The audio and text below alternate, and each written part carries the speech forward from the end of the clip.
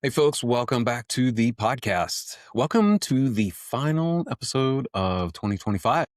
Today, we're talking about the best episodes of 2025. All right. As the year winds down, I've been reflecting on how much of 2025 was about, at least for me, was about refinement rather than expansion. The Testing Psychologists, the podcast, and the Facebook group really, I think, stayed true to what it's always been for me. It's been a place for honest conversations about assessment and business and the realities of this work that we do. The podcast did hit a meaningful milestone of 500 episodes. I got to spend with my lovely and talented wife, Carrie. Crafted Practice was once again one of the highlights of my year and just continues to prove that small, close knit spaces beat big, noisy ones any day, at least for me. And the community around this work just continues to grow in a way that felt grounded and really sustainable, I think. A lot of you know too that much of my energy this year also went into Reverb, our AI powered report writing platform, which stretched me in ways that I did not fully anticipate, honestly. Building something new alongside my existing business ventures was, tough. It really forced me to slow down and get very clear about what I'm actually doing and how to prioritize things. There were plenty of decisions that didn't make for exciting updates on the software side, but I think did make the product better. And I'm excited about what is to come in mid January of 2026 as we release a new version of the software. So, what feels solid now is the why behind the company, which is helping testing folks spend less time wrestling with reports and more time doing the parts of the job that I think are most meaningful and require a human brain. So, that focus has guided every tough call with the software along the way. Let's see, personally, 2025 pushed me to just pay closer attention to my own limits, as I alluded to with the software and balancing time and energy. That extended personally as well, as it always does.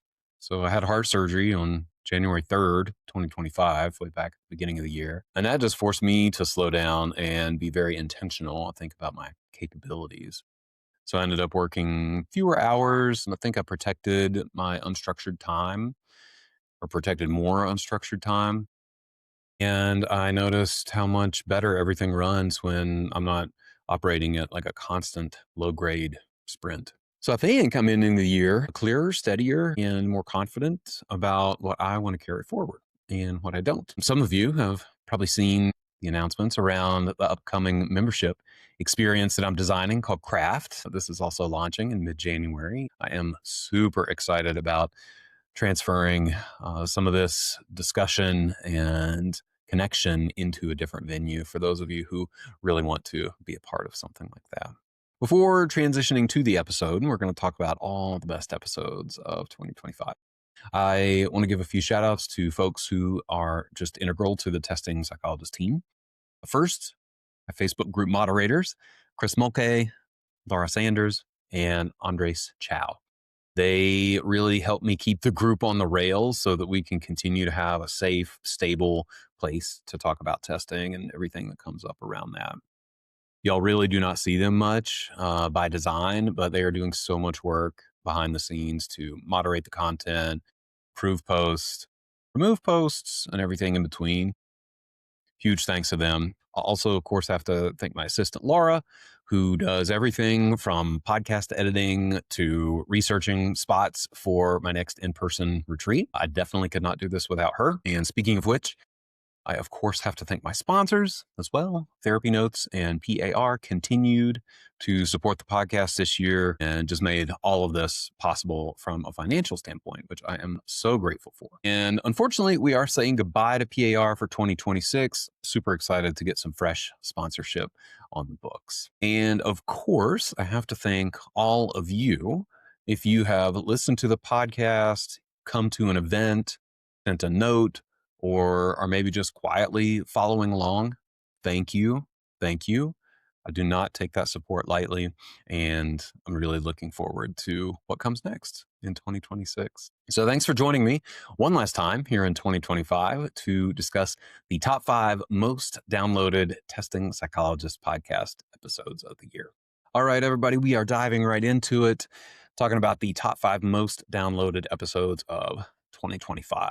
So there were some surprising episodes on here. I'll be honest, a little bit of a spoiler.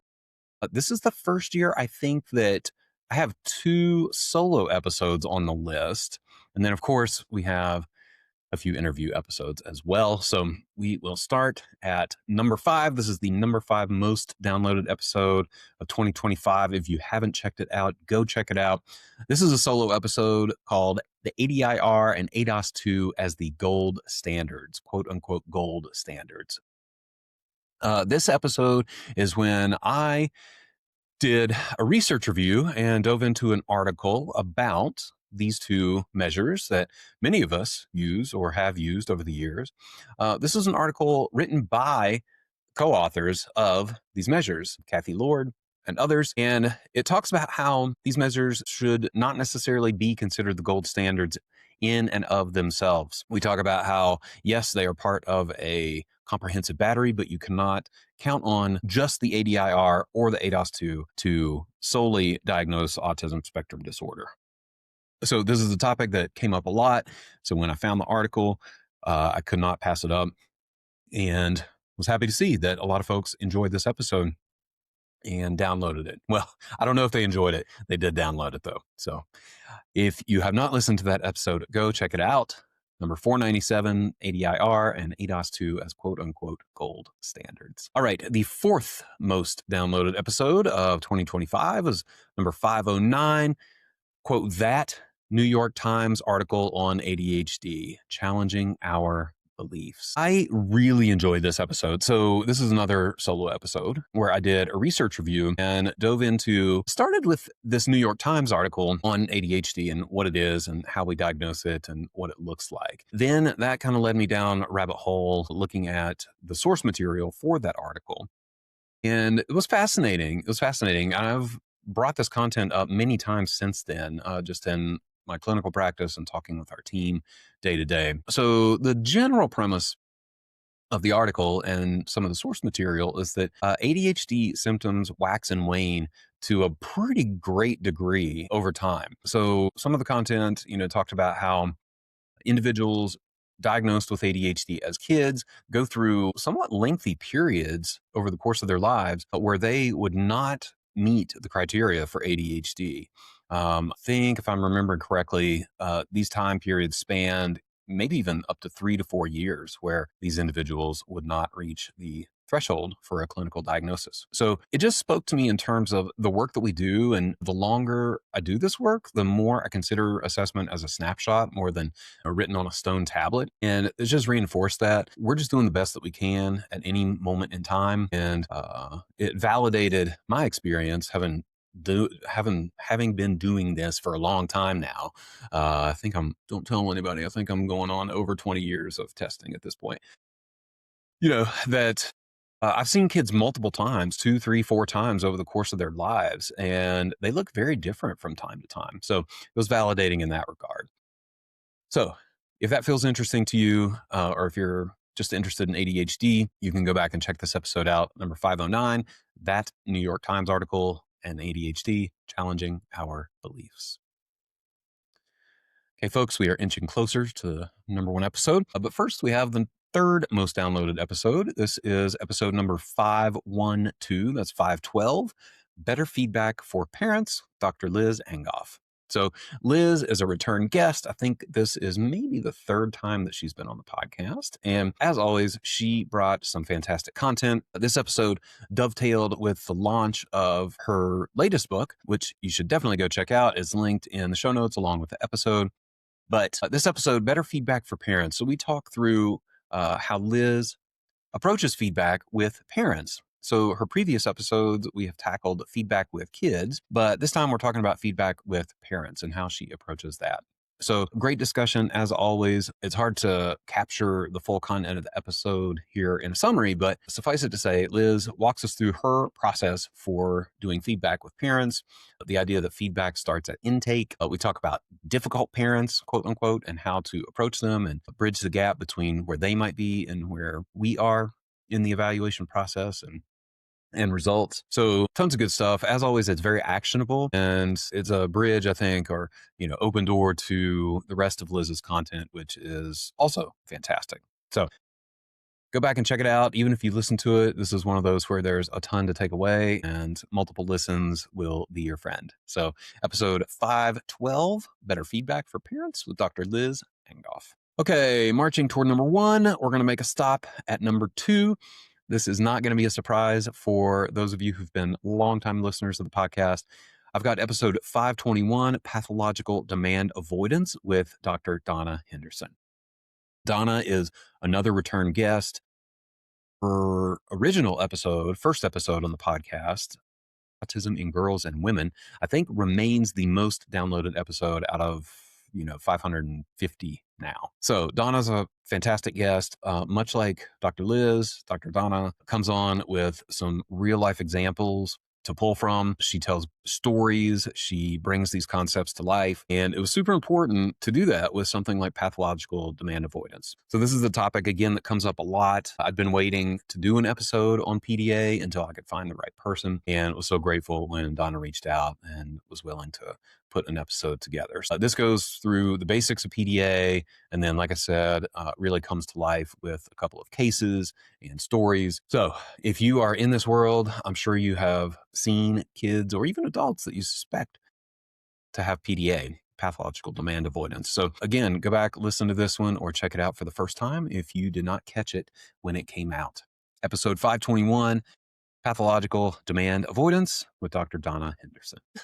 Finally, we have gotten to our top episode of 2025. This was a little bit of a sleeper for me, to be honest. I mean, I love the guest. You will see that as soon as I reveal their identity. Another return guest.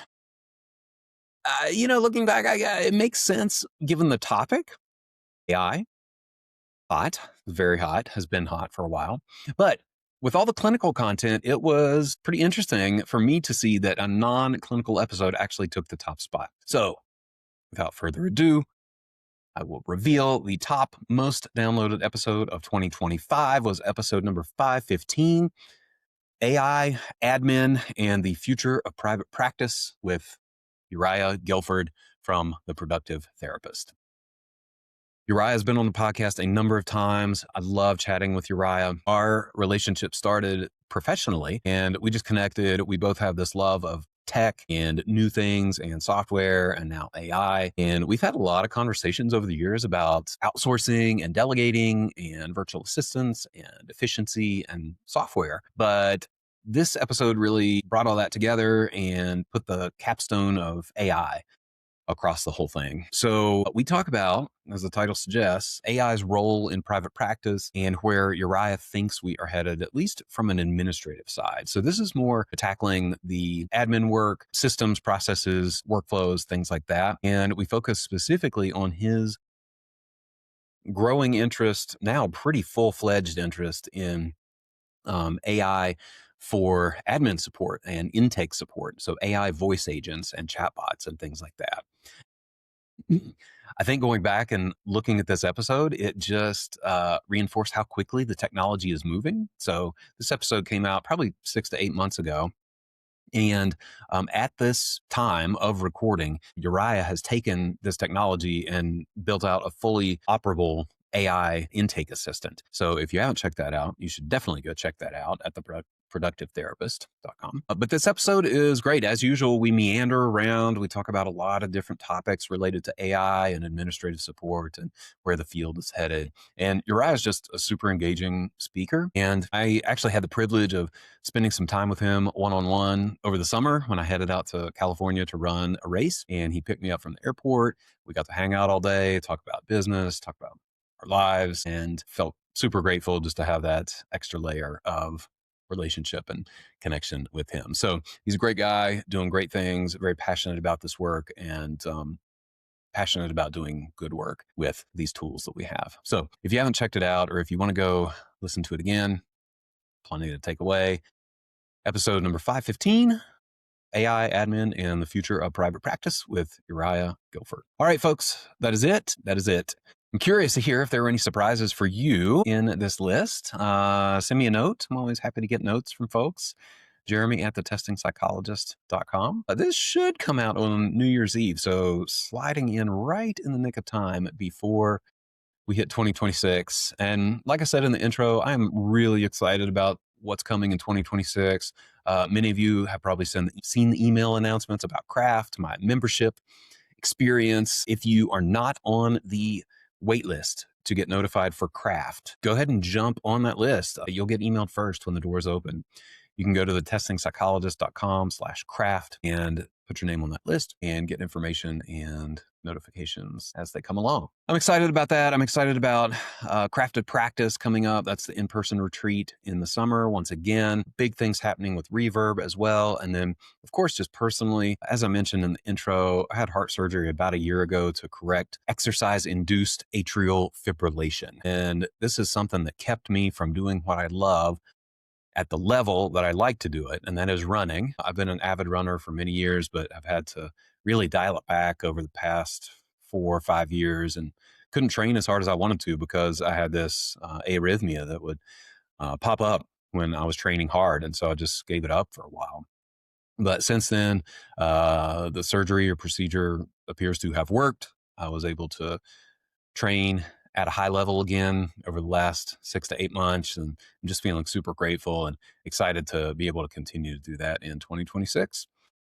So looking forward to, just watching my kids do what they do. I've got a 12-year-old and a 14-year-old now. And I joke that our vacations these days are basically just following them around, watching them play sports and do their things. And I really will not spend it any other way. So a lot of family stuff coming up, good things developing with our practice. We're at a very stable place. So I feel super lucky to be where I'm at and have the people in my life that are part of my life, both professionally and personally. And even though things are admittedly pretty chaotic right now on a grand level, as far as the economy and politically and the worldwide stage and so forth. I'm just trying to take a moment and appreciate what I've got going on and recognize there's some privilege in that, of course, to not be concerned about some of those things as many others are or have to be as concerned. But there's a place for gratitude as well. And that's where I'll end this episode and end 2025. Again, thanks to all of you for being part of the audience and following along and being part of this experience. And I hope that you'll stick around and be there for 2026 as well.